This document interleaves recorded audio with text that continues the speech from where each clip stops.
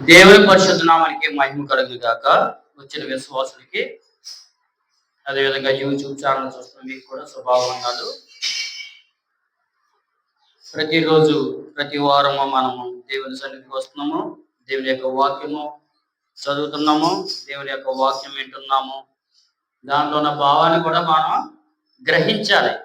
మనం భావాన్ని గ్రహించడం లేదు, వస్తున్నాము ఏదో బతికేస్తున్నాం అంతేగాని జ్ఞానం లేకుండా ఉంటున్నాం. మనం జ్ఞానం సంపాదించుకోవాలి. ఫస్ట్ ఏంటంటే దేవుడు ఏంటంటే మనకి విచక్షణ జ్ఞానము దేవుడు మనకు అనుగ్రహించే. క్రైస్తవులకి విచక్షణ జ్ఞానం ఉండాలి. క్రైస్తవులకి పశువుల వల్లే ప్రాయుల వల్లే మనం ఉండకూడదు. పశువులు చూడండి ఏం చేస్తాయండి, తిన్నంతసేపు తినేసి ఏం చేస్తాయి, వాటికి ఏం చేయాలో జరగవు, గుద్దుకుంటాయి, లేకపోతే దెబ్బలాడతాయి. అలా మనం మనుషులు, మన మానవ జాతి కాబట్టి మానవులే మనం ఉండాలి. కాబట్టి మనకి దేవుని యందు మనకి ఏమి లేదంటే విధేయత లేదు, పెద్దల యందు భయభక్తి లేదు. అలాగే చదువు చెప్పేవారు మాస్టర్లు కూడా మనం విధేయతగా ఉండవు. విధేయత అనగా మతపరమంగా ఆలోచిస్తే దేవునికి లోబడి ఉండుట, దేవునికి ఆరాధించుట ఏంటమ్మా విధేయత. అంతే కదా, దేవుడికి మనం లోబడి ఉండి మన దేవుణ్ణి ఆరాధించడం, ధ్యానించడం, అనుకూలంగా దేవుడికి అనుకూలంగా నడుచడం, ఈ విధమైన అర్థాలు మనకి వస్తాయి. దేవుని యొక్క ఆజ్ఞను గైకొనడం, దేవుణ్ణి ఎడల మనకున్న భక్తిని తెలియపరచడం. ఈ విధంగా మనము దేవునికి విధేయత ఎక్కువ చూపించాలి. దేవునికి చూపిస్తే సరిపోదు, మనుషులు కూడా మనం చూపించాలి. తినేస్తున్నాం, తాగేస్తున్నాం, వచ్చేస్తున్నాం అని కాదు. చదువుకుంటున్నారు కానీ చాలా మంది జ్ఞానం లేకుండా అజ్ఞానులు అని అంటున్నారు. చదువులు మాత్రం చాలా ఎక్కువ చదువులు చదువుతున్నారు, మళ్ళీ డిగ్రీలు. కానీ వాళ్ళకి జ్ఞానం చూస్తే జ్ఞానం ఏమీ ఉండదు, కొద్ది కూడా జ్ఞానము ఉండదు. జ్ఞానం లేని పశువుల వల్లే ప్రవర్తిస్తూ ఉంటారు. ఈ విధంగా చూసుకుంటే దేవుని యొక్క వాక్యం ఏం చేస్తుందంటే కొత్త నిబంధన గ్రంథం నుండి చూడండి, 6వ అధ్యాయం ఎఫెసీ రాసిన పత్రిక 6వ అధ్యాయం 1-2 చదువుకుంటే ఇక్కడ చక్కనైన మాట అపోస్తలుడైన పౌలు చాలా గమనించి ఆయన ఆ సంఘాన్ని చూసి ఆ సంఘంలో ఉన్న పిల్లల కోసము చెప్పడం, పెద్దల కోసం కూడా చెప్పడం, ఆ దోషుల కోసం, అందులో ఉన్న ప్రతి ఒక్కరి కోసము చెప్పడం జరుగుతుంది. ఇప్పుడే కాదు, అప్పు నుండి విధేయత లేకుండా ఉన్నారు అందరూ. అందరూ ఎలాగున్నారంటే పశుప్రాయుల్లాగా జనాలు ఉండడం జరిగింది ఇక్కడ. కాబట్టి వాక్యం నా కోసం తీస్తున్నారంటే అనుకున్నా పర్వాలేదు, మీకోసమే చెప్తున్నాను. యూట్యూబ్ ఛానల్ చూస్తున్న వారు ప్రతి ఒక్కరు, పిల్లలు పెద్దలందరూ గమనించి మీరు కూడా చక్కగా దేవుని యందు విశ్వాసం ఉంచి దేవుని యొక్క మార్గం నడవలసిందా ప్రభు పేట మనం చేస్తున్నాము. ఇక్కడ చూసుకుంటే పిల్లలారా ప్రభునందు మీ తల్లిదండ్రులకు విధేయులై యుండుడి, ఇది ధర్మమే. చూస్తున్నాం, లోకంలో చూస్తున్నాం, తల్లిదండ్రులకి విధేయత ఇవ్వడం లేదు. యూట్యూబ్ లో కూడా చూస్తున్నాం, తల్లిదండ్రులు ఆస్తి కోసం ఏం చేస్తున్నారంటే తల్లిదండ్రులని తీసుకేసి చంపేస్తున్నారు, విషం ఇచ్చి చంపేస్తున్నారు. వాళ్ళు ముసలప్పుడు అంటే వాళ్ళని వదిలేస్తున్నారు రోడ్లు అంట. ఎందుకు? ఆస్తి కోసం. ఎందుకు? ఇలా బతకడం కోసం ఏం చేస్తున్నారంటే తల్లిదండ్రులని చంపేస్తే అన్ని ఎవరికి వస్తాయండి? పిల్లలకు వస్తాయని ఏం చేస్తున్నారంటే తల్లిదండ్రులని వాళ్ళ ఇష్టం వచ్చినట్టు ఏం చేస్తున్నారండి? జ్ఞానం లేకుండా వాళ్ళ యొక్క జ్ఞానం బట్టి, వాళ్ళ ఇలా చెప్పిన మాటలు బట్టి ఏం చేస్తారండి? తల్లిదండ్రులు ఏం చేస్తున్నారండి? పిల్లలారా ప్రభునందు మీ తల్లిదండ్రులకు విధేయులై ఉండుడి, ఇది ధర్మమే. పిల్లలు ఎక్కడి నుండి వచ్చారు అని చూసుకుంటే పిల్లల నుండి తల్లిదండ్రులు రాలేదు. అమ్మ ఎక్కడి నుండి వచ్చారు? నువ్వు ఎలాగొచ్చా? తల్లిదండ్రుల నుండి వచ్చారు, లేకపోతే నీ నుండి తండ్రి వచ్చాడా? నువ్వు ఎక్కడి నుండి వచ్చావు ఫస్ట్ అది తెలుసుకోవాలి. నువ్వు ఎక్కడ జ్ఞానం దేవుడు ఇచ్చింది జ్ఞానం నీకు. పిల్లరా అమ్మా పిల్ల చూడండి నాక ఎక్కడ చూస్తున్నారు? ఎక్కడి నుండి వచ్చారు మీరు అందరూనా? తల్లిదండ్రుల నుండి మనం వచ్చాం. దేవుడి యొక్క ఆజ్ఞ నిర్గమాకాండం 20 అధ్యాయంలో చూసుకుంటే దేవుని యొక్క ఆజ్ఞ 2 ఆజ్ఞ ఏంటి చదవండి. 20 అధ్యాయం చూడండి.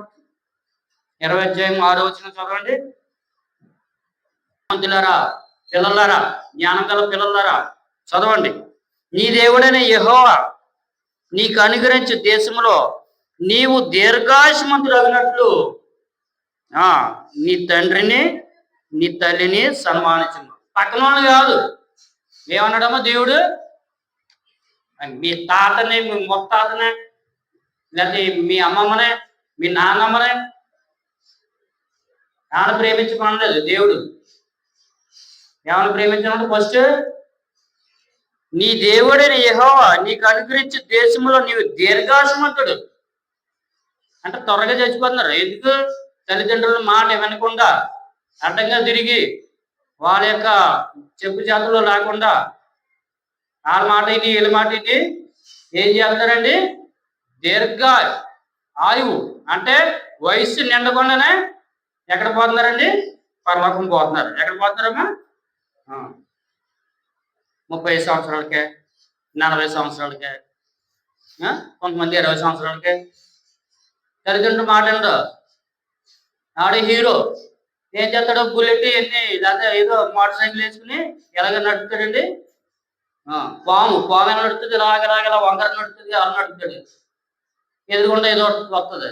వచ్చిన తర్వాత కంట్రోల్ చేసుకోలేక ఏం చేస్తాడండి? గుద్దేసి వెళ్ళిపోతాడు. ఫస్ట్ తల్లిదండ్రుల మాట వినాలి. పక్కన మాట వినొచ్చంటే వాళ్ళు ఏం చెప్తారు? మంచి మాట ఏం చెప్పరు. ఇక్కడ ఏమంటాడు? నీకు ఆయుష్ పోతుంది. నువ్వు వయసు ఉండగానే ఆయుష్ తీసేస్తాడు దేవుడు. దేవుడు ఏం చెప్పాడండి? నువ్వు చిరకాలము జీవించాలి ఈ లోకంలో. అంటే నీ తల్లిదండ్రులను ప్రేమించకపోయినా వాళ్ళని ఎలా చూడాలి? జాగ్రత్త చూడాలి అని ఇక్కడ చెప్పడం జరిగింది. పిల్లరా వింటున్నారు? మీరు వింటున్నారా? మీ తల్లిదండ్రులను ఏం చేయాలి? మీరు ప్రేమించాలి. ఏం చేయాలి? ప్రేమించాలంటే వాళ్ళ మాట వినాలి. కొట్టి దగ్గరికి వెళ్ళినట్టు నేను అన్నా అని ఎదురు సమాధానం చెప్పకూడదు. ఓకేనా? అర్థమైందా? మీ అమ్మ మాట, మీ నాన్న మాట వినాలి. మిగతా మీరు ఇప్పుడు పిల్లలు వింటున్నారు కదా, వినాలి, జాగ్రత్తగా వినాలి. కొద్ది పెద్ద అయిన తర్వాత ఏమవుతారు? 15 సంవత్సరాలు, 16 సంవత్సరాలు ఇప్పుడు వచ్చినప్పుడు ఏమవుతుంది? పెద్ద పెద్ద కొమ్ములు. మేక పిల్ల చూడండి ఎంత కొమ్ములు ఎదిగితే అలా కొమ్ములు అంటే మనకు కనపడవు. గీర గర్వం అనే కొమ్ములు 2 ఎదుగుతాయి. ఏమి ఎదుగుతామా చెప్పండి? ఏమి ఎదిగితే కొమ్ములు 2 కొమ్ములు ఏమి ఎదిగితే? ఒకటి ఏంటి? గర్వం. 2 అహంకారం అనే కొమ్ములు 2 ఎదుగుతాయి. ఈ ఎదిగినప్పుడు ఇంకా కళ్ళు మూసిపోయి ఏం చేస్తారండి? ఇంకెవరు కనపడరు. పెద్దలు కనపడరు, తల్లిదండ్రులు కనపడరు, ఇంకెవరు కనపడకుండా ఇష్టం వచ్చినట్టు మాట్లాడటం జరుగుతుంది. ఇక్కడ చూసుకుంటే ఎఫెసీయులకు రాసిన పత్రిక 6వ అధ్యాయం 1 నుండి 2 చదువుకుంటే మళ్ళీ చదవండి. పిల్లలారా, చక్కని మాటలు నేర్చుకోండమ్మా, నేర్చుకోండి. ఇప్పుడు కానీ నేర్చుకోండి. చదవండి అమ్మా. పిల్లలారా, ప్రభునందు ఎవరందు? దేవుని ముఖం చూడాలి ఫస్ట్. విధేయులై ఉండుడి, ఇది ధర్మమే. నీకు మేలు కలిగినట్లు అంటే కీడు వస్తుంది మాట. అర్థమైందో? దేవుడి దగ్గర నుండి వచ్చేది కీడు. ఎక్కడి నుండి వస్తుందమ్మా? ప్రజల దగ్గర నుండి రాదు. ఎక్కడి నుండి వస్తుంది కీడు? నీకు మేలు కలిగినట్లు నీ తండ్రిని తల్లిని సన్మానించము. మరి నువ్వు ఎదకోబోలు చెప్తున్నా, నువ్వు నిలబడి మీది అమ్మడం మీ బాబుని చూసేవా అని అడుగుతారు. కరెక్టే, అడగచ్చు, అడగండి. అప్పుడు ఏమవుతుంది? వాళ్ళ యొక్క దోషం మనం సరిగ్గా చూడలేదనుకోండి తల్లిదండ్రుల్ని, వాళ్ళ యొక్క దోషం మన మీద పడుతుంది. ఎవరైనా సరే, ఆ పాస్టర్ అయినా సరే, పాస్టర్ అయినా సరే, ఎంత వత్తదో అయినా సరే, వాళ్ళ యొక్క దోషం నీ మీద అడగదు. ఎవరైనా సరే నిలబడుతుంది. నా మీదన్నా సరే చెప్తున్నా, మంచి మాటలు చెప్తున్నా, నా మీదన్నా సరే దేవుని మాట తగులుతుంది. నీకు మేలు కలిగినట్లు నీ తండ్రిని నీ తల్లిని సన్మానించము. తల్లిని ఒకటే సన్మానించేస్తే సరిపోదు. తండ్రిని కూడా నువ్వు తండ్రి నుండి వచ్చావు. తండ్రి నుండి ఏమీ రాలేదు. అమ్మ పిల్లలు పుడతారు, ఇద్దరు వల్ల పుడతారు. అంతే కదా! తల్లిని 9 నెలలు ఎట్టి పెంచేస్తుందంటే కారణం ఎవరో? తండ్రి కూడా కారణం. తల్లిదండ్రుల యొక్క బిడ్డలే రక్తమే బిడ్డలు. కాబట్టి అప్పుడు నీవు భూమి మీద దీర్ఘాయుష్మంతుడు అవుతావు. అంటే నూకలు చెల్లిపోతాయి. దేవుడు నువ్వెవరో ఆడు ఎలాంటోడైనా సరే, ఆడు ఎదమైనా పనికిమాలి ఎదమైనా సరే, లేకపోతే పనికిమాలి ఎందుకు పని చేయలేదు తల్లి అయినా సరే, నువ్వు సన్మానించాలి, వాళ్ళకి గౌరవించాలి. వాళ్ళకి ఇచ్చిన గౌరవం వాళ్ళకి ఇచ్చారు. వాళ్ళు దేవుడు చూసుకుంటాడు వాళ్ళని. వాళ్ళ సంగతి దేవుడు చూస్తాడు, నువ్వు కాదు. నువ్వెవరో? నువ్వు మనిషివు. నువ్వు దేవత కూడా కాదు. నువ్వు తీర్పు తీర్చావంటే దేవుడు నిన్ను 4 గుర్తులు గుర్తెత్తాడని ఇక్కడ చెప్తాడు. నీకు మేలు కలిగినట్లు, మేలు అంటే కీడు కలుగుతుంది. తల్లిదండ్రులను సన్మానించకపోతాయి. కాబట్టి అప్పుడు నీవు భూమి మీద దీర్ఘాయుష్మంతుడు అవుతావు. ఇది వాగ్దానంతో కూడిన ఆజ్ఞలలో మొదటిది. మొదటి ఆజ్ఞ కింద దేవుడు ఇస్తున్నాడు. మొదటి ఆజ్ఞ అంటే దేవుడు నీ దేవుడని నేను తప్ప వేరొక దేవుడు నువ్వు ఉండకూడదు.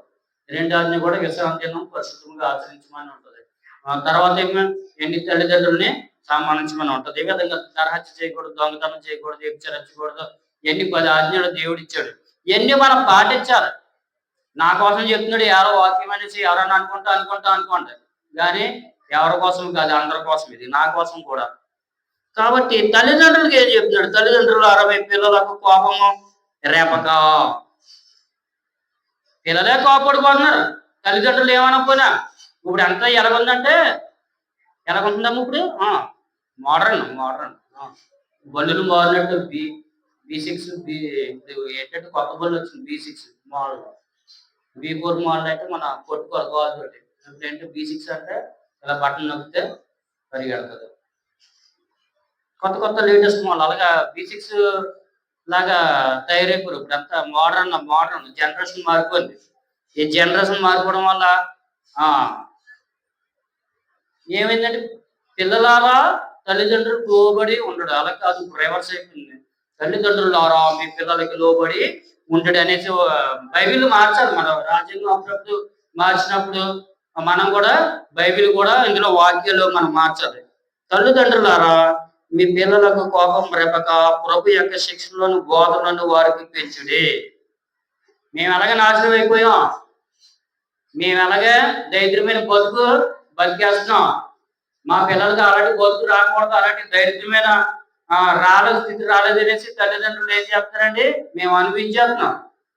పిల్లలకు రాకూడదని పిల్లల్ని చక్కగా పెంచుకుంటే వాళ్ళు ఏం చేస్తున్నారండి? వాళ్ళ మాటిని ఏం చేస్తున్నారు? భ్రష్టులు ఏం చేస్తారండి? పయ్యోరు మాట్లాడతారు. తల్లిదండ్రుల మాట ఎంత మాత్రం వినరు.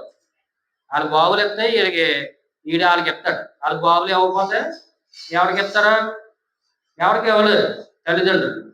కాబట్టి మనము ఏం చేయలేదు, దేవుడికి ఏ విధంగా లోబడి ఉంటున్నాం మనం కూడా అదే విధంగా తల్లిదండ్రులు కూడా మనం లోబడి ఉండాలి. మనం ఒకసారి తండ్రులే మేము మా తల్లిదండ్రులకి లోబడలేదు.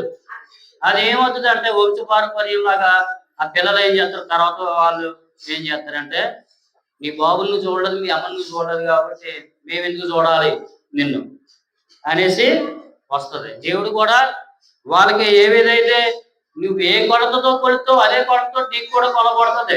నీ తల్లిదండ్రులు నిన్ను ఏ విధంగా చూస్తావో నీ పిల్లలు కూడా అదే విధంగా చూస్తారనేసి దేవుడు చెప్పడం జరిగింది. కాబట్టి వాక్యం బట్టి పిల్లలారా నువ్వు ఏ విత్తనం విత్తుతున్నావు నీ తండ్రి దగ్గర నీ తల్లి దగ్గర, అదే విత్తనం మళ్ళీ నీ పిల్లల దగ్గర నీ దగ్గర విత్తుతారు. జాగ్రత్త, నువ్వు జాగ్రత్తగా చూసుకుని నువ్వు ఇప్పుడు ఏంటంటే నువ్వు మాట్లాడుతూ నువ్వు లేకపోతే నిన్నెవరో మాట్లాడు, నీ మాటకి ఎవరో అడ్డు చెప్తారు. కానీ దేవుడు ఏం చేస్తాడు? నీ పిల్లల ద్వారా నీకు బుద్ధి చెప్తాడు అనేసి ఇక్కడ చెప్పడం జరిగింది. కాబట్టి పిల్లలారా చాలా జాగ్రత్తగా మీ తల్లిదండ్రులు లోబడి ఉండడు. అదే విధంగా తల్లిదండ్రులారా మీరు కూడా మీ పిల్లలకి కోపం రేపక. పుట్టిన పిల్లలే కోపడిపోతున్నారా? మీ తల్లిదండ్రులు ఏమనుకుంటారా? ఇదేంటి? అప్పుడు ఏమవుతుందంటే అది అవిధేయత అవుతుంది, కానీ విధేయత ఎంత మాత్రము అవ్వదు. కొలసీలు రాసిన పత్రిక 3వ అధ్యాయము 20 మనం చదువుకుంటే ఏం రాశాడు? జాగ్రత్త చదవండి పిల్లలారా. పెద్దలారా మీరు కూడా చక్కగా చదివితే దేవుని యొక్క వాక్యం మీకు అర్థమవుతుంది. కాబట్టి 3వ అధ్యాయము 20 వచనం చదవడము చక్కగా ఉంటుంది. అక్కడ మనల్ని నేర్చుకోవాలి. అక్కడ 3వ అధ్యాయం కొలసీలు రాసిన పత్రిక 3వ అధ్యాయం 20 వచనం మనం చదువుకుంటే ఇక్కడ మంచి మాట దేవుడు రాశాడు. పిల్లలారా, అన్ని విషయంలోనూ మీ తల్లిదండ్రుల మాట వినుడి.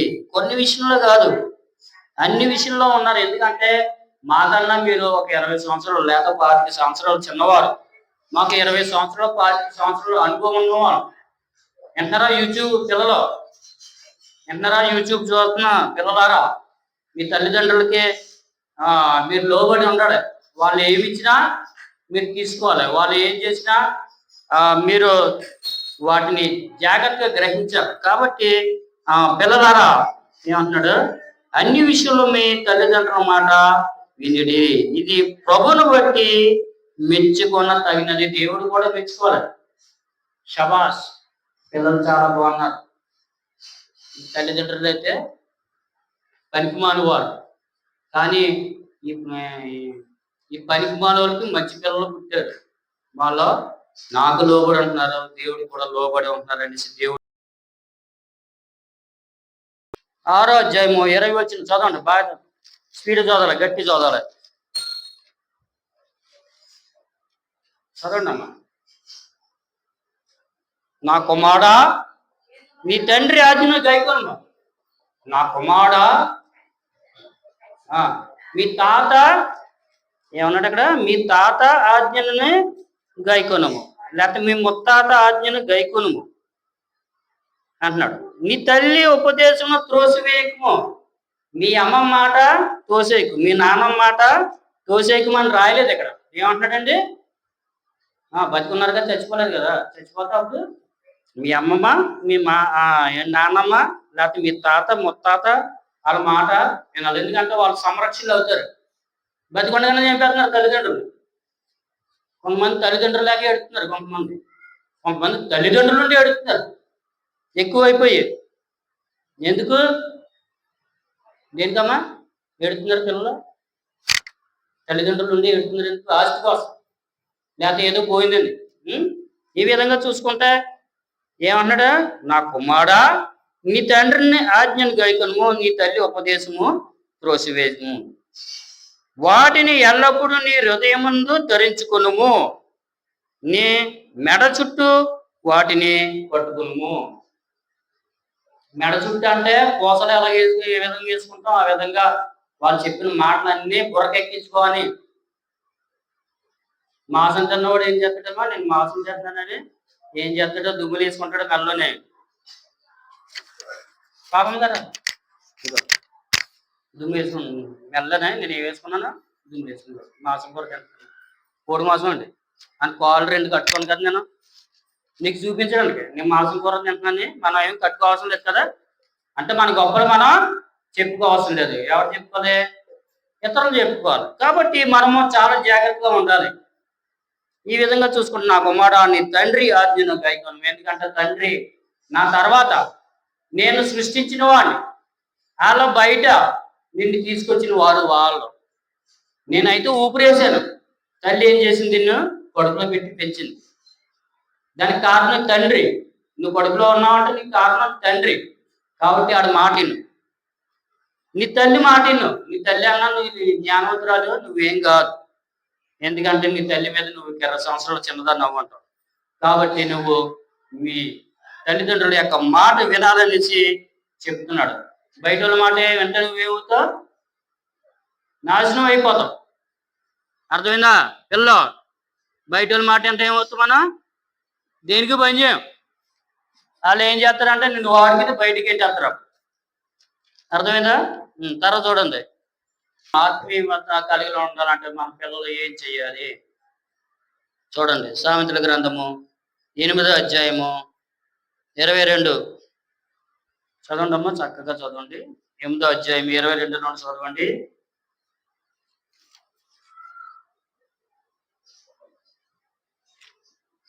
కావున పిల్లలారా, నా మాట ఆలకించుడి, నా మార్గం అనుసరించి వారు ధన్యులు. ఎవరి మాట వినాలి? తల్లిదండ్రుల మాట వినాలి, దేవుని మాట కూడా మనము వినాలి. దేవుడు మాట అంట ధన్యులు. ఏంటమ్మా ధన్యులు అంటే ఏంటి? ధన్యత. ధన్యత అంటే ఏంటమ్మా? దానికి అర్థము ఒక ప్రత్యేకించబడిన వారి కింద ఉంటారు మీరు. పలానా పిల్ల ఎలాగుందమ్మా? చాలా జ్ఞానంగా ఉంటుంది. ఆ జ్ఞానము బట్టి వినయంగా ఉంటుంది, విధేయతగా ఉంటుంది, చక్కగా మాట ఉంటుంది, అందరి మాట. తల్లిదండ్రులు కూడా చక్కగా పెంచుతున్నారు అనేసి అందరూ చెప్పుకుంటారు. ఆ ధన్యత అన్నిటి గురించి దేవుడు వాక్యం మనకే చక్కగా రాసి దేవుడు మనకు పెట్టాడు. కాబట్టి 1:12 వచ్చిన మనం చదువుకుంటే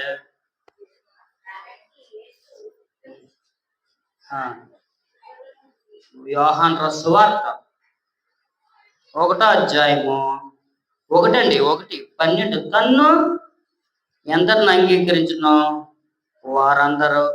వారందరికీ అనగా తన నామమునందు విశ్వసించు వారికి దేవుని పిల్లలటకు ఆయన అధికారం అనుగ్రహించాను. మనమందరం దేవుని పిల్లలం కాబట్టి మనము దేవుని పిల్లలాగా ఉండాలి. సాతాను పిల్లలాగా మనం అనకూడదు. మనం సాతాను పిల్లలాగా అనుకుంటే మనం ఏమిటండి? సాతాను పిల్లలాగా ఉంటాం. కాబట్టి మనం దేవుని పిల్లలాగా ఉండాలి. గుడికి వస్తారు కానీ చేసి ఏంటండి? దేవుడి పనులు చేయరు ఎవరన్నా, సాతాను పనులు చేస్తుంటారు అందరూ. సాతాను మాటలు, సాతాను పనులు చేస్తుంటారు అందరూ. మళ్ళీ అందరూ అంటే దేవుడిని నమ్ముకుంటున్నాం కానీ దేవుని యొక్క మార్గంలో మనం నడం. ఎందుకంటే ఫస్ట్ సాతాను కంటే ఎవరు కొట్టుకుంటాడండి?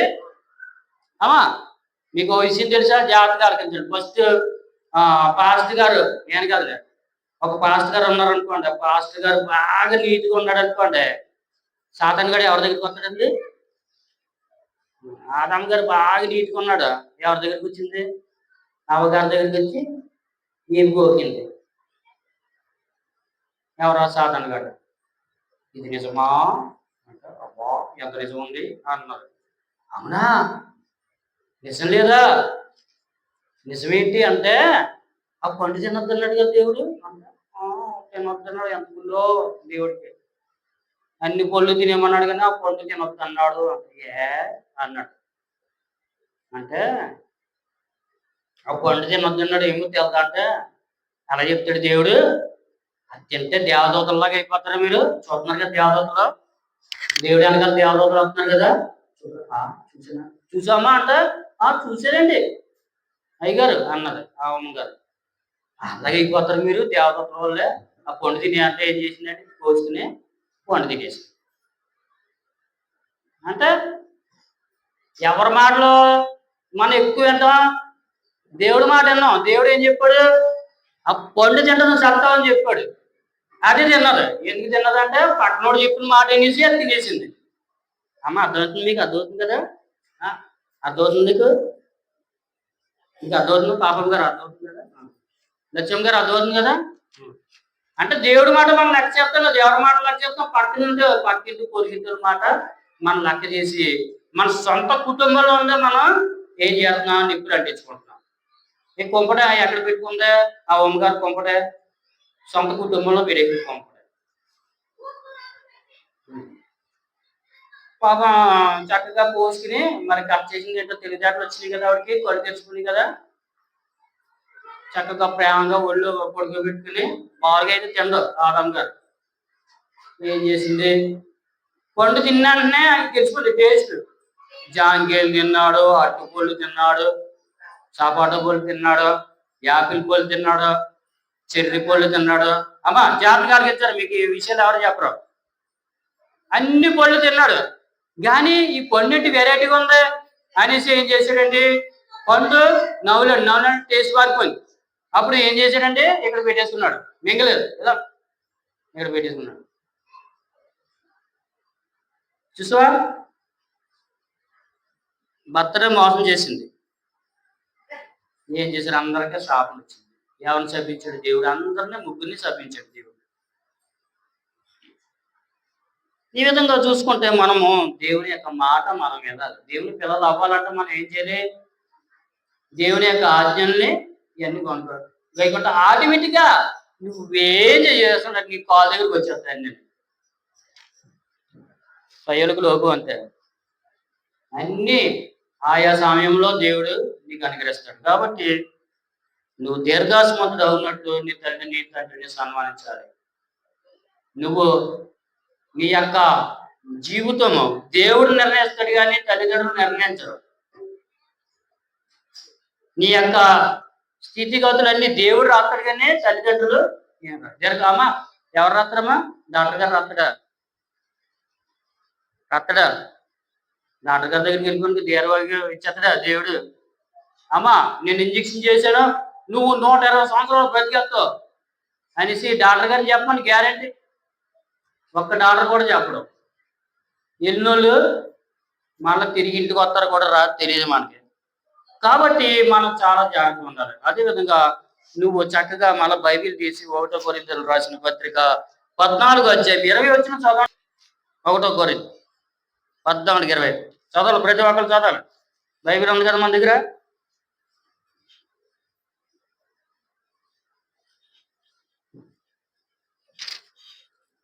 నాకు సహోదరులారా, మీరు బుద్ధి విషయమై పసిపిల్లలకు గాక దుష్టత్వం విషయమై శిశువులుగా ఉండుడి, బుద్ధి విషయమై పెద్దవారై ఉండుడి. సమయానుకూలంగా మనము వ్యవహరించాలి. చిన్నపిల్లల దగ్గర ఉన్నప్పుడు చిన్నపిల్లల్లాగా మాట్లాడాలి. పెద్దవాళ్ళ దగ్గర ఉన్నప్పుడు పెద్దవారు వాళ్ళే మాట్లాడాలి. సంఘంలో ఉన్నప్పుడు సంఘంలో ఉన్నట్టే మాట్లాడాలి. అదేవిధంగా ఉద్యోగంలోకి వెళ్ళేటప్పుడు ఉద్యోగం వెళ్ళిన ఆ పరిస్థితులను బట్టి మనం మాట్లాడాలి. అర్థమైంది? నీకు అర్థమైందా నేను చెప్పిన మాట? చిన్నపిల్లల దగ్గర మాట్లాడినప్పుడు చిన్నపిల్లల దగ్గర ఏ విధంగా మాట్లాడాలో ఆ విధంగా మాట్లాడాలి. పెద్దవారి దగ్గర మాట్లాడినప్పుడు ఏ విధంగా మాట్లాడాలో పెద్దవారితో అదే విధంగా మాట్లాడాలి. సంఘంలో వెళ్ళినప్పుడు ఏ విధంగా మాట్లాడాలో అదే విధంగా మనం మాట్లాడాలి. చిన్నపిల్లల దగ్గర మాట్లాడినట్టు పెద్దవాళ్ళ దగ్గర మాట్లాడడం, పెద్దవాళ్ళ దగ్గర మాట్లాడిన విషయాలు చిన్నవాళ్ళ దగ్గర మాట్లాడడం ఇవన్నీ జ్ఞానం లేని వారు మాట్లాడతారు. కాబట్టి మీరు జ్ఞానవంతులు కాబట్టి మీరు జ్ఞానం ఇంకా పెంపొందించుకోవాలి. అజ్ఞానం వల్లే కాకుండా జ్ఞానవంతుల కింద మీరు ఉండి దేవుని యొక్క దయనందును, పెద్దల యందు దయనందును, తల్లిదండ్రుల యొక్క దయనందును మీరు ఎదిగినప్పుడు తల్లిదండ్రుల మాట మేము వినలేదు, నాశనం అయిపోయాం. ఆమె ఏం ఏమైపోయాం? చూస్తున్నారు కదా, మీరు చూస్తున్నారు కదా. మేము తల్లిదండ్రుల మాట విన్నట్టు ఒకలాగా ఉంది. మేము తల్లిదండ్రుల యొక్క మాట వినలేదు కాబట్టి మేమైపోయాం, భ్రష్టులు అయిపోయాం. ఏమైపోయామా? చెప్పండి అమ్మా. అదేంటి నా గురించి నేను చెప్తే మీరు పర్వాలేదు చెప్పండి. ఏమైపోయామా పాపం గారు? దేనికి పని లేకుండా వారిలాగా అయిపోయాం. వాళ్ళ మాట వినుంటే వాళ్ళలాగా వాళ్ళు చెప్పినట్టు చక్కగా ఉండు. కాబట్టి మన నిర్ణయాన్ని బట్టి మనం ముందరికెళ్తే ఏమవుతాం? నాశనం అయిపోతాం. అందుకే మన ఏం చేయాలంటే వేచి ఉండాలి, కనిపెట్టి ఉండాలి, కంగారు పడిపోకూడదు. ప్రతి విషయంలో మేము కంగారు పడ్డాం. ఏమయ్యాం? ఎటు కాకుండా అయిపోయాం. సమాధానం కాకుండా అయిపోయాం, అటు సొంతవాడికి కాకుండా అయిపోయాం, ఇటు పిల్లలకు కాకుండా అయిపోయాం, అటు పెద్దవాడు కాకుండా అయిపోయాం. ఈ విధంగా సొంత నిర్ణయం తీసుకుంటే ఏ విధంగా ఉంటుంది? ఒకటి ఉదాహరణ నేనే చూస్తున్నారు కదా పాపం గారు. ఇటు సంఘంలోనే ఉండలేకపోతాం, అలా కుటుంబంలోనే ఉండలేకపోతాం. ఈ విధంగా మన యొక్క పరిస్థితులు చక్కగా ఉండాలంటే అదే పరిస్థితులు పిల్లలు రాకూడదనేసి తల్లిదండ్రులు కోరుకుంటారు. లేదు నువ్వు గాడిద అయితే నేను అడ్డగాడిని, నువ్వు పనికి మాలినాడైతే నేను ఇంకా పనికి మాలివాడిని అని అనుకుంటే మీ జీవితాలు ఇంకా నాశనం అయిపోతాయి. పిల్లలు పెద్దవారు చెప్పిన మాట మీరు అన్నారు. వాళ్ళు ఏమన్నా చెడ్డగా చెప్తే వినొద్దు, మంచిగా చెప్తే ఆలకించు. ఈ విధంగా మనం దేవుని యొక్క మాట కూడా మనం వింటే మన దేవుల్లో బాగా చిన్నపిల్లలారా మీ తల్లిదండ్రులకి లోబడి కొంతమంది ఆయుస్సు లేకుండానే చనిపోతారు. దానికి కారణం ఏంటంటే దేవుడు హర్షించడు. ఎందుకంటే దేవుడి తర్వాత దేవుడు అంత వారు తల్లిదండ్రులు. కాబట్టి దేవుడు కూడా ఆజ్ఞను కూడా ఇచ్చాడు. మీ తల్లిదండ్రులను సన్మానించుము అని చెప్పాడు. యూట్యూబ్ చూస్తున్నాం ప్రేక్షకులారా, మీ పిల్లలకి చక్కనైన స్థితిలో మీరు పెంచండి. అలాగే మీ పిల్లలు మీరు కూడా మీ యొక్క తల్లిదండ్రులకు లోబడి ఉండాలి. సంగమా మీరు కూడా మీ పిల్లలను చక్కగా పెంచండి. దానికి ఉదాహరణ నేనే చెప్పాను కదా. అన్ని విషయంలో చక్కగా మీకు చెప్పడం జరిగింది. ఏది కాకుండా అయిపోయింది. కాబట్టి మీరందరూ గమనించి మీ యొక్క జీవితాలు చక్కగా మంచిగా ఉండాలని కోరుతున్నాను. దేవుడి పరిశుద్ధమైన మాటలు మన ఇంట్లో బాగా దీవించి ఆశీర్వదించండి. ఆమేన్. మా కార్యక్రమం మీకు నచ్చినట్లయితే లైక్ చేయండి, కామెంట్ చేయండి, షేర్ చేయండి. ఇంకెవరైనా సబ్స్క్రైబ్ చేసుకోకపోతే వెంటనే సబ్స్క్రైబ్ చేసుకోండి.